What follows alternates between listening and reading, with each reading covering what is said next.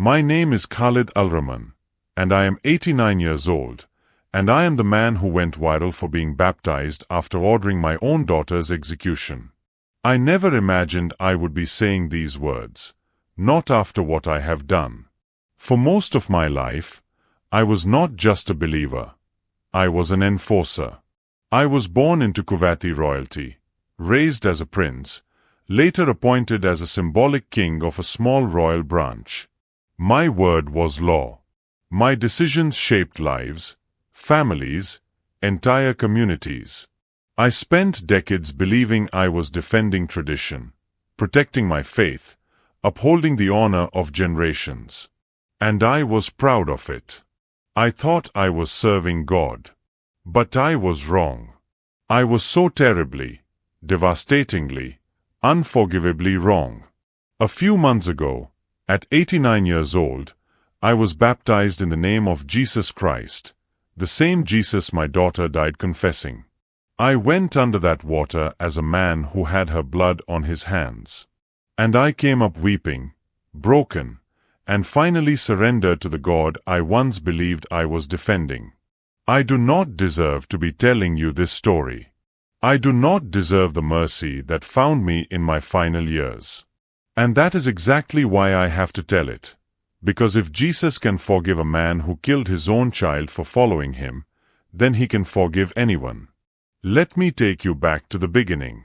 But before we continue, make sure to like and subscribe to the channel, like the video and share with loved ones as a lover of God, and tell me in the comments where you are watching from and what time it is there. That way, YouTube will keep showing you testimonies just like this one. Now, let's begin. I grew up in a world where emotions were weakness. My father was not a cruel man by his own standards. He was a ruler, and rulers cannot afford softness. From the age of 7, I was taught that a king does not bend, does not question, does not show cracks. Religious gatherings were not places of love for me. They were places of rigid obedience, of recitations memorized but never felt, of rules that left no room for grace. My father never once told me that God loved me. He only told me what God would demand of me, and what would happen if I failed. And then came Amira, my daughter, my beautiful, brilliant, questioning daughter. She was different from my other children. She absorbed books like oxygen. She asked questions that made religious leaders uncomfortable. She looked at people in a way that suggested she saw something beyond their station, their religion, their usefulness. When she was 22, she began volunteering at a hospital where foreign nurses worked. I did not think much of it at the time. But Amira was not just volunteering. She was listening to their stories, their prayers, their testimonies. She was reading their books. And one day, she stumbled upon the gospel. I remember the day she came to me. She entered my study with a light in her eyes I had never seen before. Something deeper, something that unsettled me even before she spoke. "Father," she said, her voice steady but gentle, "I need to tell you something. I believe in Jesus." My blood turned to ice. In our world, that was not just a change of belief. It was treason. It was betrayal of heritage, of lineage, of everything our family had stood for across generations. I did not react as a father that day. I reacted as a ruler. I spent weeks trying to change her mind. I brought in religious scholars. I threatened. I pleaded. I ordered. But Amira had found something I did not understand. Peace that did not come from power. Joy that did not depend on position. "Father," she told me one night, tears streaming, "I cannot deny what I have found to be true. I know what this costs. But Jesus is worth it." I thought I was defending honor. I thought I was protecting our family's legacy. So I signed the order. It was carried out swiftly, quietly. Amira simply disappeared from our lives. And I told myself it was necessary. I told myself that a leader cannot let personal feelings override duty. But duty became my prison. For the next 40 years, I lived with what I had done. At first, I buried it under work, under stricter religious observance, under the applause of those who saw me as a defender of tradition. But at night, alone in the palace corridors, I would swear I could hear her voice. I would dream of her face, sometimes peaceful, sometimes accusing. I thought time would heal it. I thought devotion would erase it. I was wrong about that, too. The years passed. The influence faded. By my 80s, I was just an old man sitting alone in rooms that once held councils and celebrations, surrounded by ancestors who would have been proud of what I did, but whose approval now felt hollow. That is when the sleepless nights truly began. I would lie awake at 3 a.m. and see her face, glowing, alive, more certain than I had ever been about anything. I would remember her final words, "Father, I forgive you. And one day, I pray you will know the love that makes forgiveness possible." At the time, I thought she was deluded. Now, those words haunt me more than any accusation ever could. And then came the fear. Real, bone-deep fear of what comes next. I was 83 when I had the stroke. They rushed me to a private medical facility, and for the first time in my life, I was not in control. I was just a dying old man, afraid. The doctor assigned to me was a Kenyan woman, Dr. Sifa, a gentle Christian with kind eyes that reminded me, painfully, of Amira. One night, I woke to find her standing beside my bed, whispering a prayer. For me, a man whose laws had condemned people like her. Her prayer pierced through decades of hardened pride. Father in heaven, touch this man's heart. Heal what the world cannot heal. Something cracked inside me that night. Not enough to break me, not yet, but enough to let light into a place that had been dark for 40 years. I recovered, but I was not the same. That is when I started watching Christian testimonies online. At first, I watched to mock them. Ridiculous. Delusional. But the more I watched, the more something stirred inside me. These people had something I did not have. Peace. Real peace. One testimony destroyed me completely. A young woman speaking into the camera. My father wanted to disown me for following Jesus. But Jesus gave me the courage to forgive him. I broke. Because I realized Amira had forgiven me. But could God forgive what I had done? Then, when I was 88, something happened I cannot explain. I found myself standing in a desert bathed in golden light. And then I saw her, Amira, walking toward me, radiant and whole. I fell to my knees, sobbing. Forgive me. Please, Amira, forgive me. She smiled. Father, I already forgave you.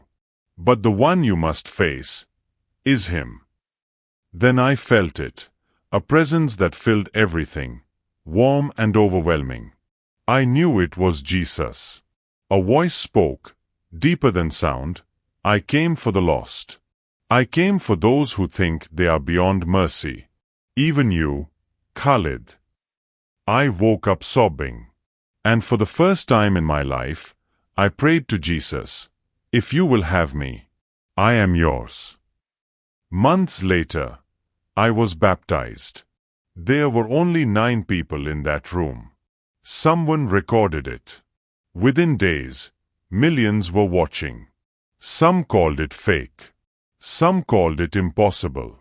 But I know what happened in that water. And I know that if Jesus can forgive a man who killed his own daughter for believing in him, then he can forgive anyone. Do not wait until you are 89. Do not wait until you are haunted by memories. Come to him now, while you still breathe. Because if he can forgive me, he can forgive you. But let me take you back further, back to the place where all of this truly began. Not in the moment I signed Amira's death warrant, but decades before, in the halls where I learned that love was a luxury and mercy was a weakness.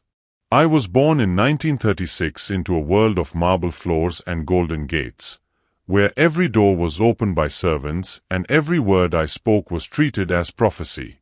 Kuwait was different then, still ruled by traditions that stretched back centuries, still governed by family lines whose authority was absolute and unquestioned. My father, Sheikh Abdullah Al-Raman, was a man carved from stone. I never saw him smile, not once in my entire childhood. I never heard him laugh. I never felt his hand on my shoulder except to correct my posture or push me towards some duty I was failing to perform. He was not cruel by intention. He simply believed that emotion was the enemy of leadership, and leadership was all that mattered. A ruler, he would tell me, his voice as cold as the desert night, does not feel. He decides. He does not love. He commands. He does not bend. He breaks those who refuse to bow. The palace was not a home. It was a training ground. Every morning began with prayers, not the kind that brought peace, but the kind that felt like military drills. Recitations memorized without understanding.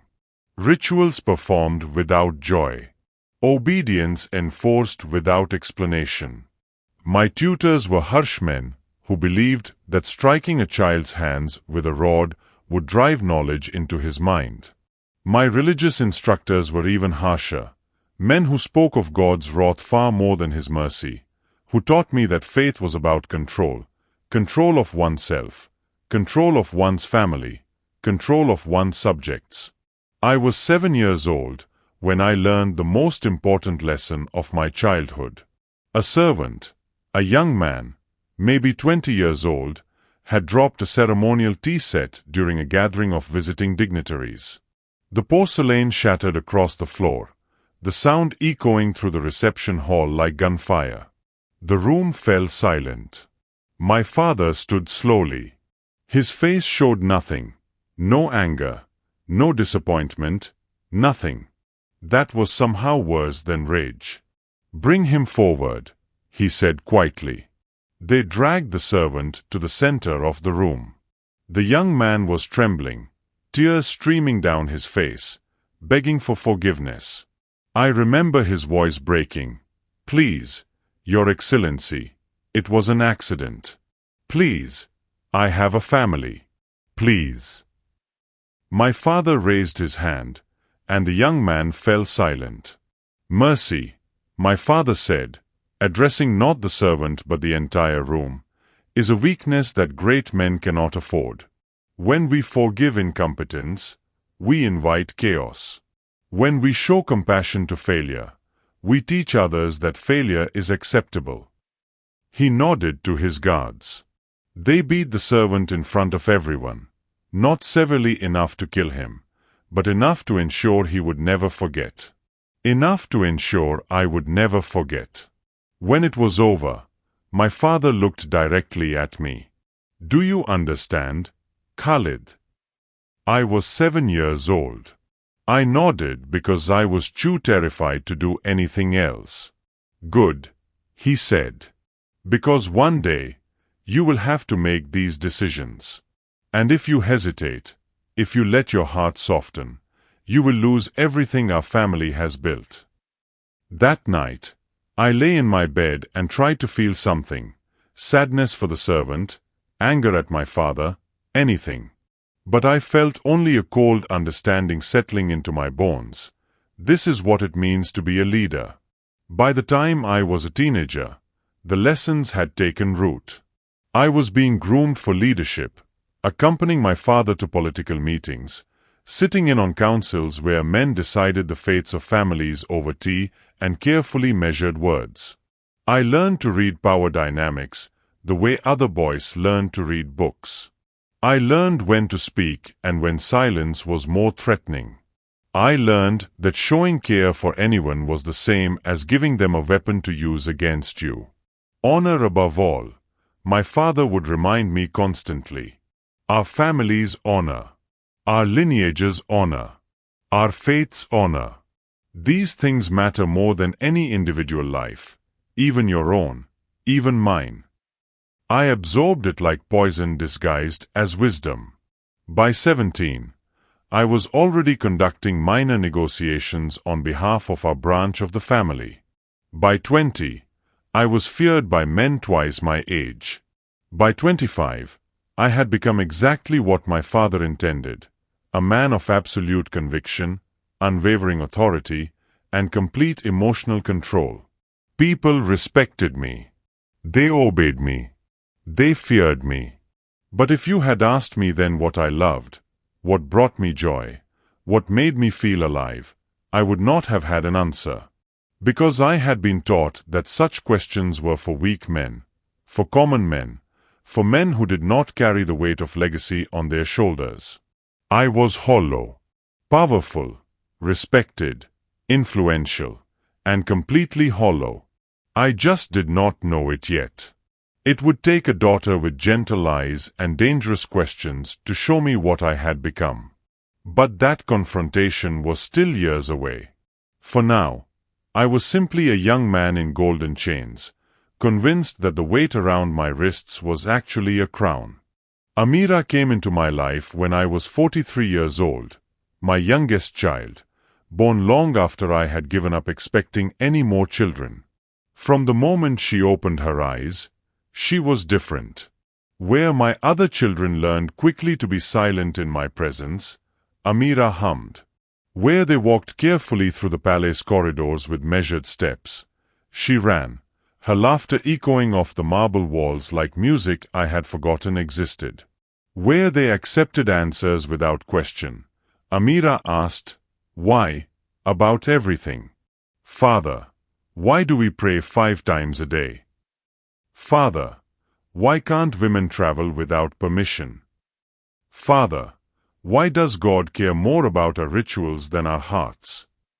My wife would hush her, frightened of my reaction. My other children would look at her with a mixture of horror and fascination, wondering how she dared to speak to me this way. But I found myself tolerating it. Perhaps because she was my youngest. Perhaps because there was something in her eyes, a genuine curiosity, not rebellion, that disarmed me. By the time she was 18, Amira had read more books than most scholars. She consumed literature the way others consumed food, hungrily, desperately, as though the words contained oxygen she needed to breathe. Philosophy, history, poetry, science. She would sit in the palace library for hours, her face illuminated by the late afternoon sun streaming through the windows, completely lost in whatever world the pages opened for her. Her siblings had all accepted their roles without question. My sons learning politics and business, my daughters preparing for strategic marriages. But Amira never quite fit the mold we had cast for her. She was gentle where we valued strength. She was curious where we valued certainty. She saw people, really saw them, in a way that made servants uncomfortable and made me uneasy. "Father," she said to me once when she was 19, "do you ever wonder if the servant who brings you tea has dreams of his own? A life outside these walls?" "No," I told her honestly. "His life is to serve. That is his purpose." She looked at me then with something I had never seen in my children's eyes before. Sadness. Not for herself, but for me.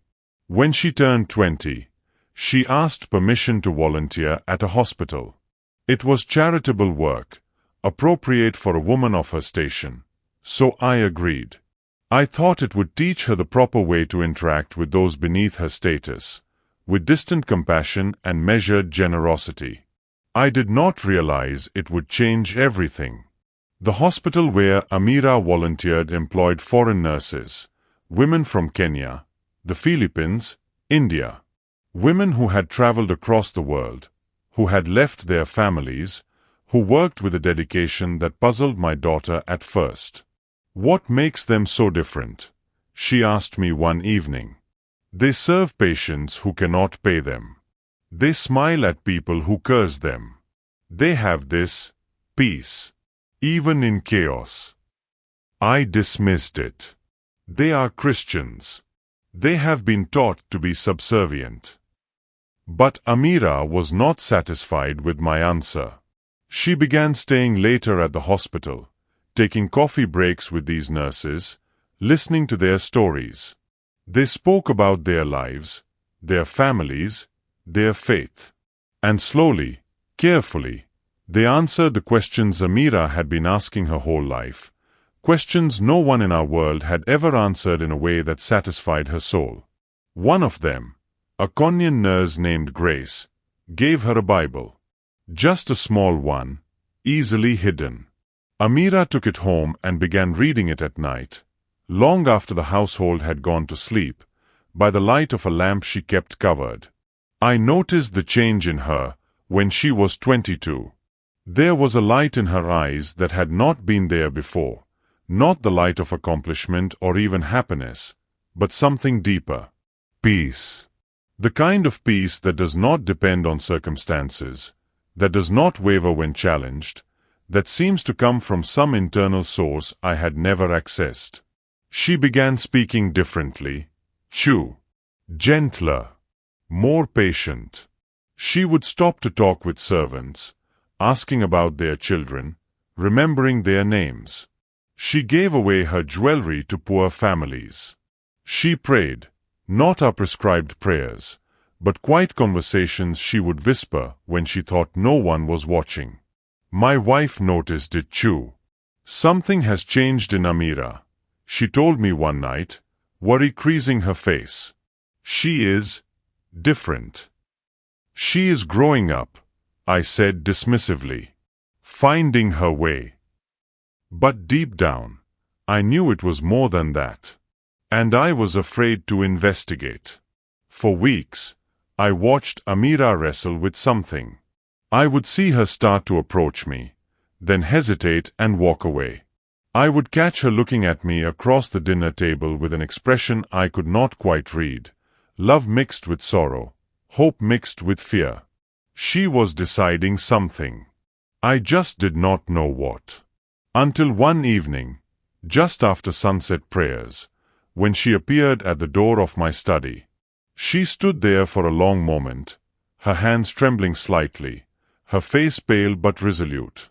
"Father," she said quietly, her voice barely above a whisper, "I need to tell you something about my faith." I looked up from the documents I was reviewing, and something in her tone made my blood run cold. "Come in," I said, already knowing, somehow knowing, that whatever she was about to tell me would change everything. She stepped into the study, closed the door behind her, and stood before me like a defendant awaiting judgment. "Father," she said again, and I saw tears beginning to form in her eyes.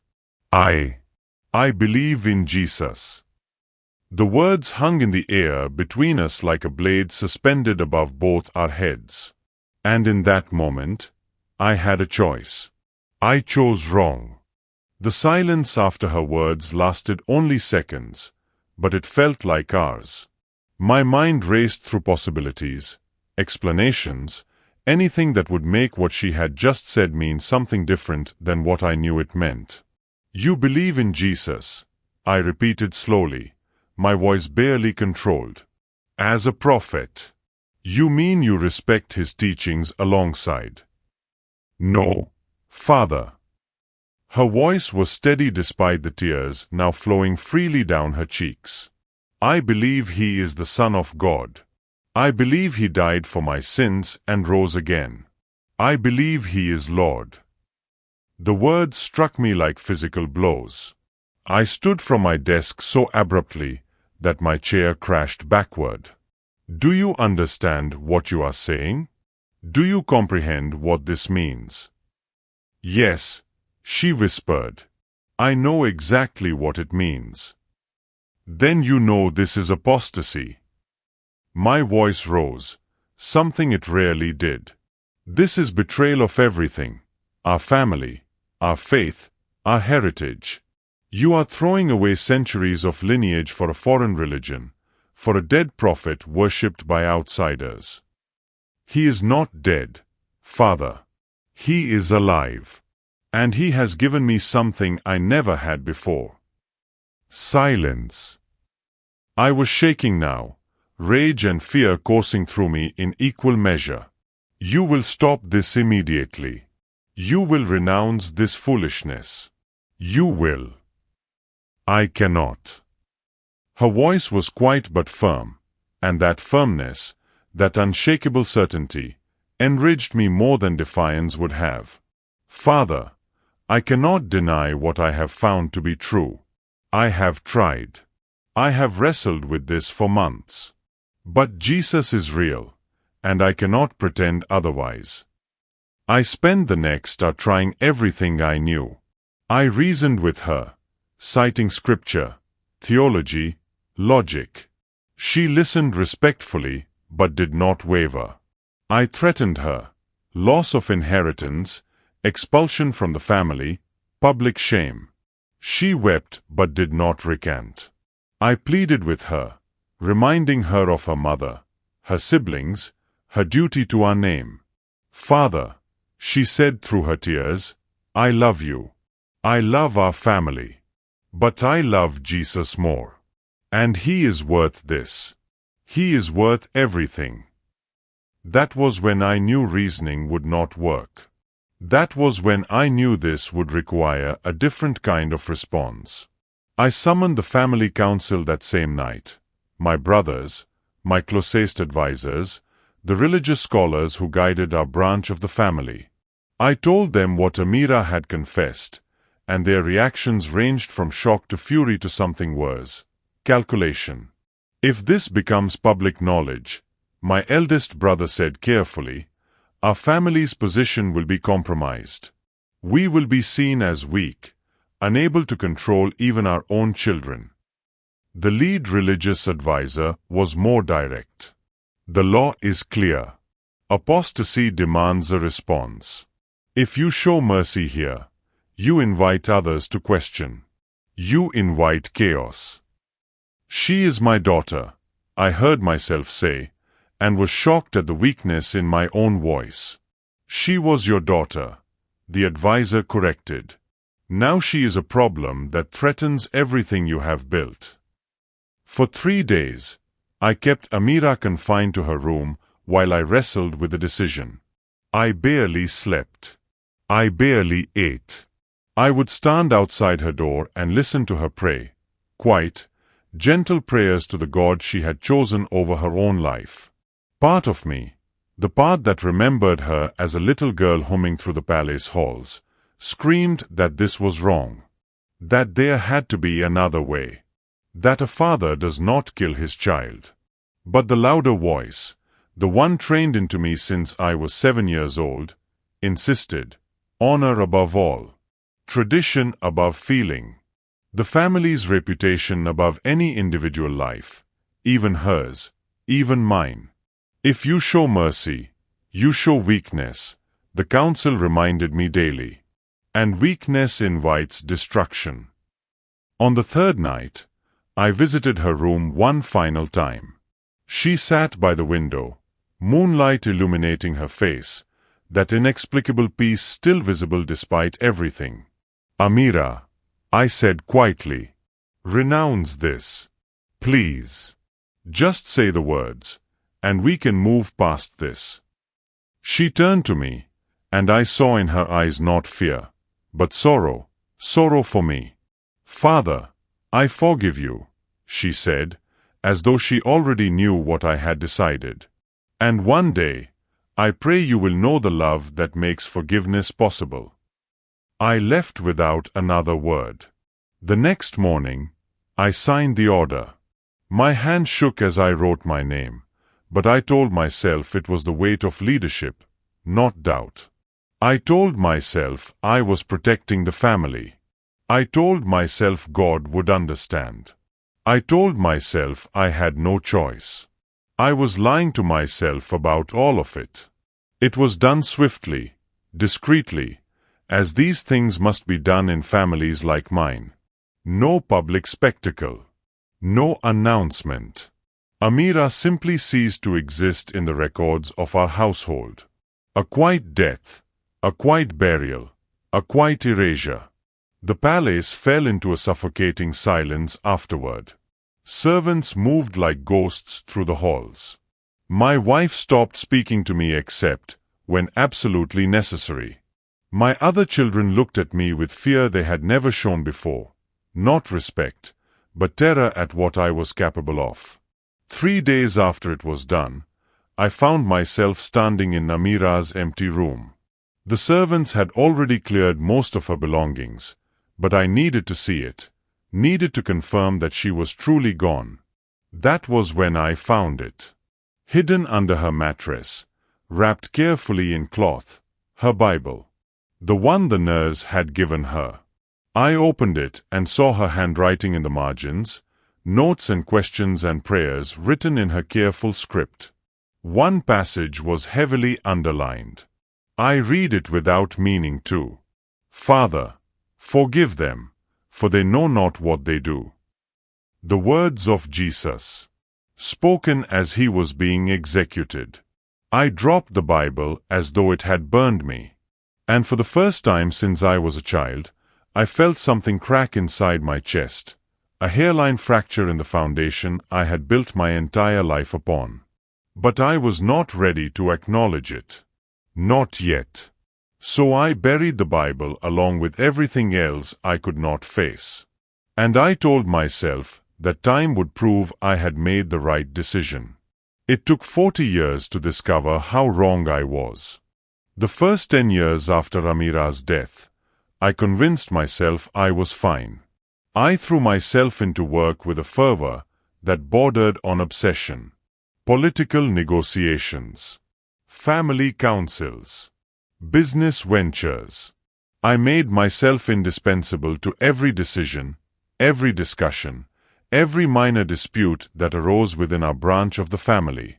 If I stayed busy enough, moved fast enough, spoke loudly enough, I could drown out the silence that waited for me at the end of each day. I became even more strict in my religious observance. 5 prayers became 6, then 7. I fasted more frequently. I donated larger sums to religious causes. I memorized more scripture. Somewhere in my mind, I believed that if I could just be devout enough, righteous enough, then God would confirm I had made the correct choice. But the dreams started in the second year. At first, they were simple. Amira as a child, running through the palace halls, her laughter echoing. I would wake from those dreams with an ache in my chest I could not name. Then the dreams changed. I would see her face as it looked that final night in her room, peaceful, forgiving, illuminated by moonlight. She would speak, but I could never quite hear the words. I would reach for her, and she would fade like smoke. The worst dreams were the ones where she simply stood and looked at me. No accusation, no anger, just profound sadness in her eyes, as though she was grieving not for herself, but for me. I began avoiding sleep. There were moments, alone in the palace late at night, when I would swear I heard her humming, that same melody she used to hum as a child. I would walk through the corridors searching for the source of the sound, only to find empty rooms and silence. My rational mind insisted it was just the wind, just the settling of old architecture, just my imagination. But my heart knew better. My wife never forgave me. She did not leave. Women of her position do not leave. But she became a ghost herself, moving through our home without truly inhabiting it. We spoke only when necessary. We shared a house, but not a life. In her eyes, I saw what I could not bear to acknowledge, I had not just lost a daughter. I had murdered one. My other children feared me now in a way they never had before. They obeyed perfectly, spoke carefully, never questioned, never challenged. They had learned the lesson I taught them. This is what happens to those who defy me. But in gaining their obedience, I lost whatever love might have existed. They became strangers who happened to share my name. By my 60s, I began withdrawing from active political life. Not by choice. I was simply becoming irrelevant. Younger men with fresh ideas were taking over. My type of leadership, built on absolute authority and unquestioning tradition, was becoming outdated even in our conservative circles. The invitations to important meetings became less frequent. My counsel was sought less often. I was becoming a relic of a passing era. My 70s brought a different kind of loss. My advisors began dying, one by one, men who had stood with me through decades of decisions, who had reinforced my choices, who had told me I was right. At their funerals, I found myself wondering, did they die believing we had served God? Or did they, in their final moments, question everything as I was beginning to? My brothers passed. My wife died in her sleep when I was 76, and I felt nothing but a hollow recognition that I had been alone long before she left. Even the servants who had known Amira retired or moved on, replaced by younger staff who knew me only as a stern old man, not as the father I had once been. By 80, I was living in a palace that felt like a mausoleum. Servants brought me meals I barely tasted. I sat in rooms designed for councils that no longer convened. I walked through halls where my children once played, where Amira once sang, and the silence was deafening. That was when the realization finally broke through my defenses. All of it, the power, the respect, the honor I had killed my daughter to preserve, meant nothing. Absolutely nothing. I had sacrificed her for a legacy that was already crumbling, for an influence that was already fading, for a reputation that would die with me. The guilt that had been haunting me for decades stopped lurking in the shadows and moved into the center of my existence. I could not escape it, could not reason with it, could not busy myself enough to outrun it. I would sit alone at night, staring at the walls, and the questions would come relentlessly. What if she was right? What if the Jesus she died for was real? What if I had condemned her not for betraying God, but for finding Him? I began talking to her, out loud, in the empty palace. Amira, I would whisper into the darkness, did you forgive me? Could you forgive me? Can anyone forgive what I did? The silence never answered. But it was not the absence of sound that tormented me, it was the presence of memory. Every corner of the palace held her ghost. Every moment of silence was filled with the echo of what I had destroyed. Then came the morning that changed everything. I was 83 years old. I woke early for morning prayers, stood from my bed, and felt the world tilt violently to the side. My left arm went numb.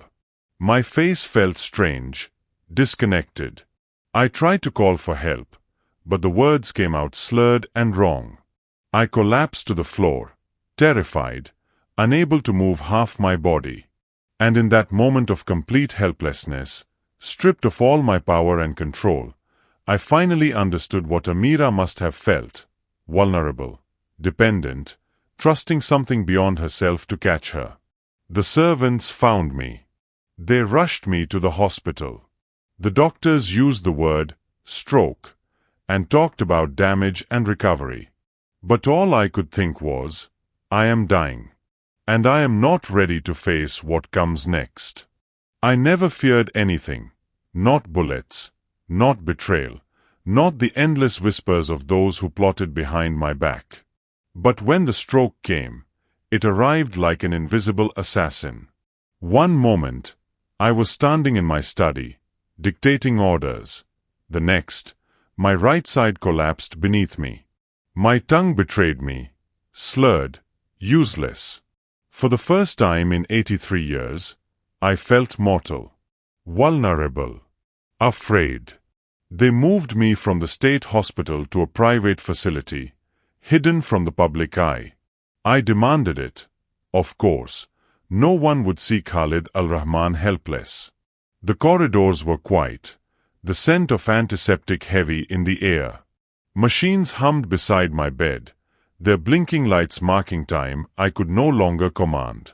That was where I met her, Dr. Sifa. She was not what I expected.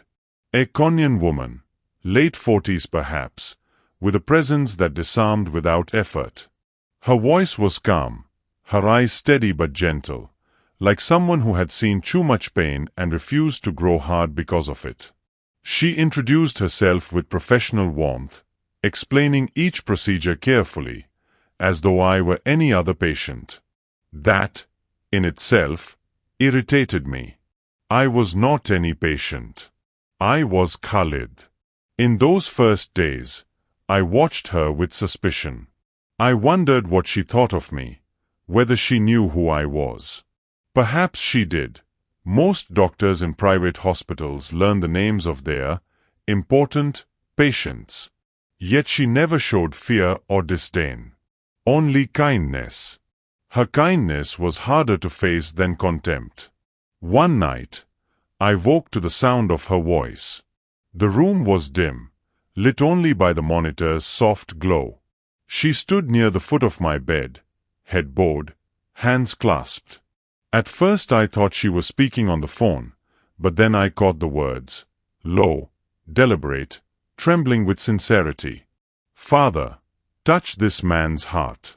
Heal what the world cannot heal. She was praying over me. For a long moment, I could not move or speak. Something in me wanted to shout, to remind her who I was, what I had done, what her God surely knew. But the words wouldn't come. My chest felt heavy, not with pride, but with something unfamiliar.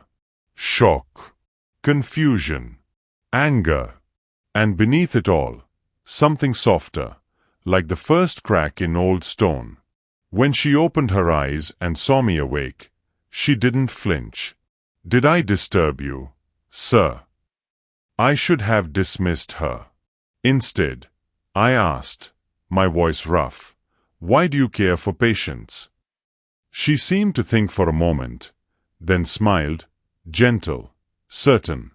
Because Jesus taught me to love everyone. It was the simplest answer I'd ever heard, and the most infuriating. I turned my face to the wall and muttered, "You waste your prayers." She only said, "No prayer is wasted," and left the room quietly. But the words lingered. They followed me through the slow, painful weeks of recovery, through the silence of my own thoughts. I told myself she was naive, deluded. Yet when she adjusted my pillows, when she spoke softly to the nurses, when she smiled at every patient the same way she smiled at me, I saw no weakness in her compassion, only strength. By the time I returned home, my speech had mostly returned, but something else had not. A certainty, perhaps. The old armor that had shielded me for decades felt thin. Sometimes, when I wake in the night, I still see her face in that dim light, lips moving in quiet faith. I, who ruled with fear, was prayed for by a woman who owed me nothing. And though I tell myself it meant nothing, I know better. Dr. Sifa's hands were steady, her words simple. But through her, I felt, for the first time, the touch of grace reaching into darkness. By the time I turned 85, the world had shrunk to the size of my bedroom. The curtains stayed closed most days. The air smelled faintly of medicine and old linen. I no longer dictated orders, signed decrees, or heard reports from trembling men. My empire, if it ever was one, had long crumbled. All that remained was the sound of the clock ticking beside my bed and the quiet shuffle of servants who came and went like ghosts. One evening, a young servant, new, nervous, left a tablet on the side table while tidying. I noticed it hours later, its screen still glowing faintly in the dark. Out of habit more than curiosity, I reached for it. My fingers, slow and stiff, brushed against the screen. The device came alive, and a flood of color and sound filled the room. It was YouTube. At first, I had no interest. I searched for news, for remnants of the world that had once trembled beneath my name. There was little to find. History had already begun rewriting itself, smoothing away my edges. That realization stung more than I expected.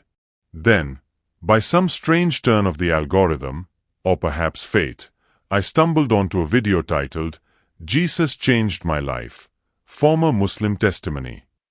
I clicked it with a mild curiosity one reserves for absurdities. The young man on the screen spoke with a strange calm.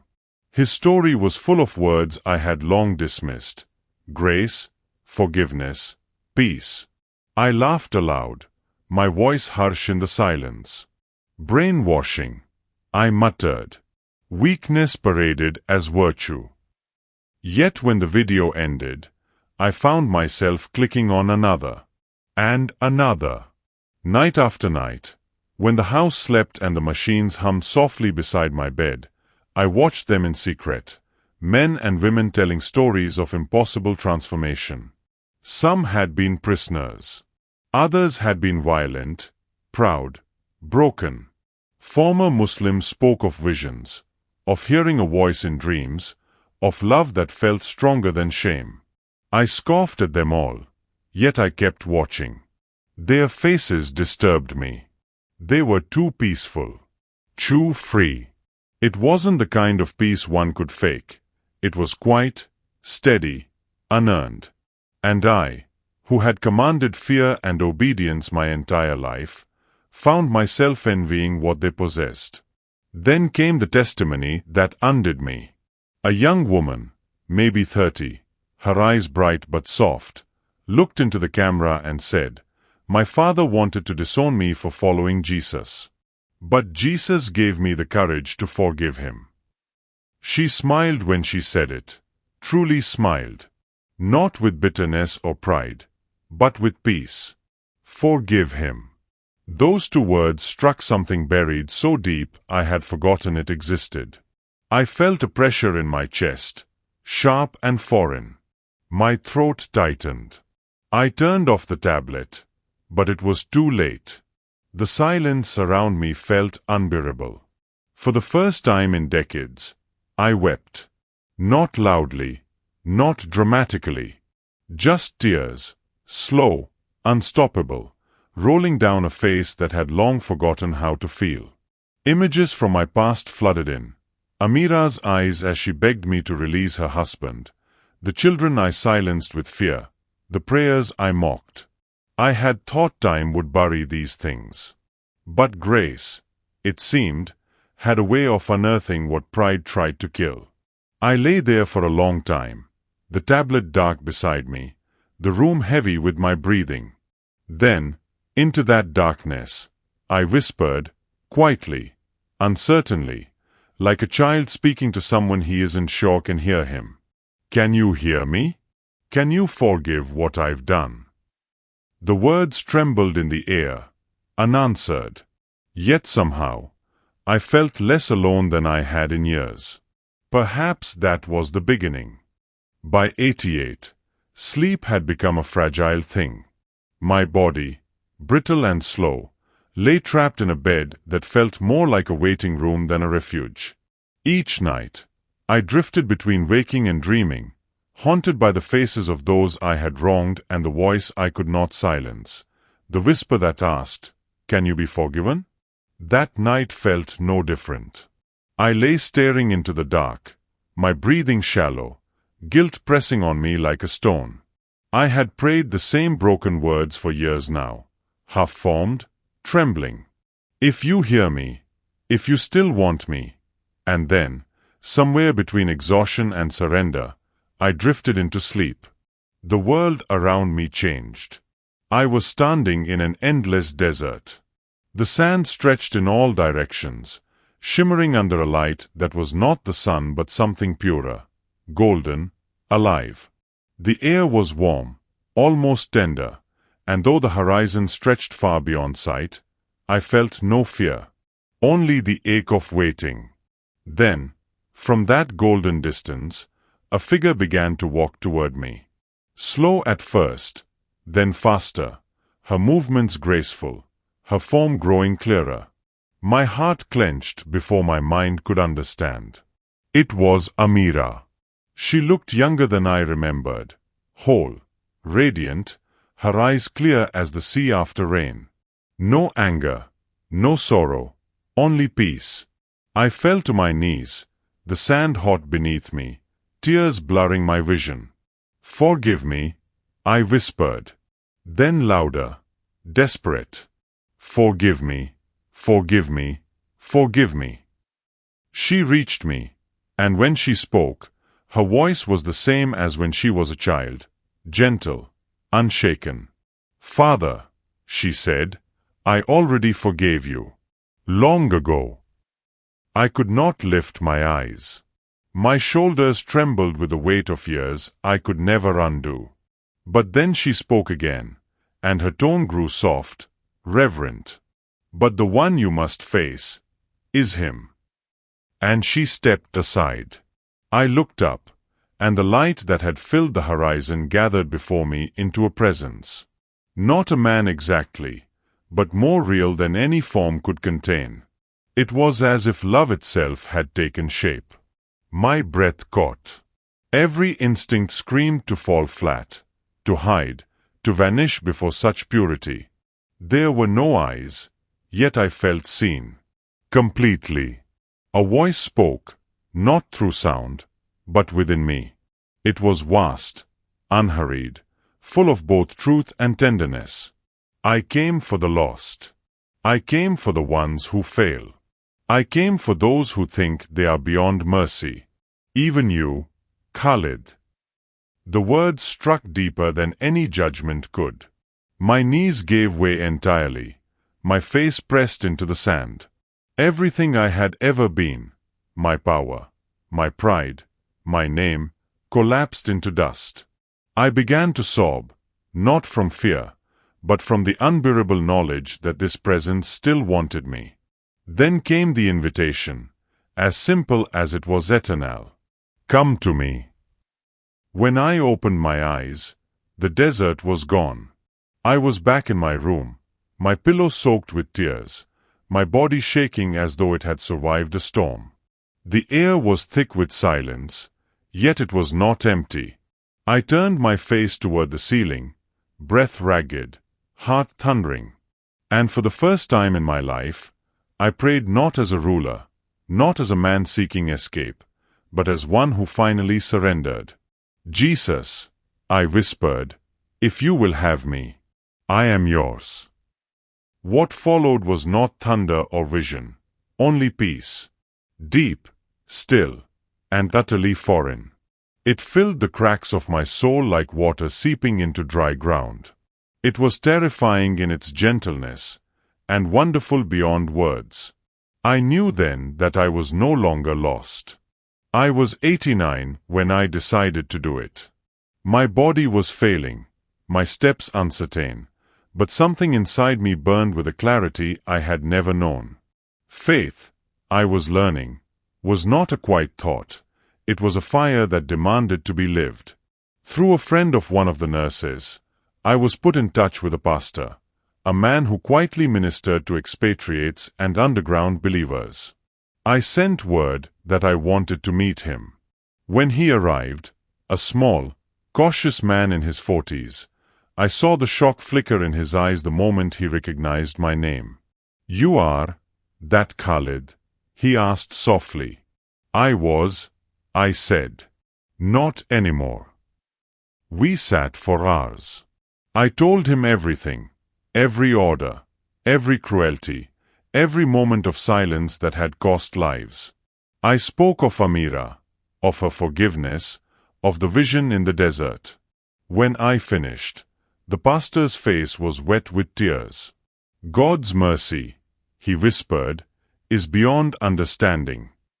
A week later, he agreed to baptize me. We kept it secret. Just 9 people gathered in a small courtyard behind a house on the city's edge. The air was warm, the sun just beginning to set. They had filled a small basin with water. It was simple, humble. I could not have imagined a more holy place. I stepped into the water slowly, the pastor holding my arm to steady me. Every step felt like a lifetime.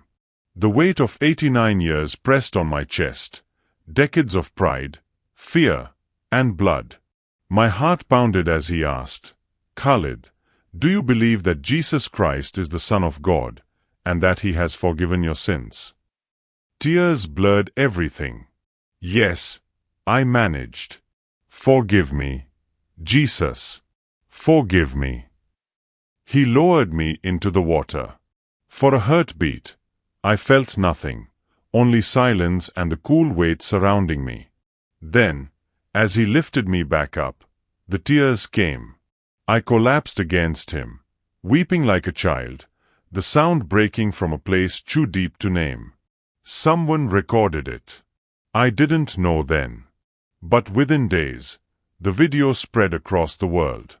The reactions were immediate and violent. Some called it a miracle. Others called it propaganda. Headlines screamed of fabrication. Old enemies accused me of acting to rewrite my legacy. The faithful whispered that God's mercy had reached where no one believed it could. When a journalist tried to ask for a statement, I simply said, "I don't care if they believe me. I know what happened." In the months that followed, my health declined further, but my heart was at peace. I spent my days reading scripture, writing letters. Some people sent messages of outrage, calling me a murderer who deserved no grace. Others wrote to say that my story had given them hope. I read every one. To those who hated me, I could not argue. They were not wrong.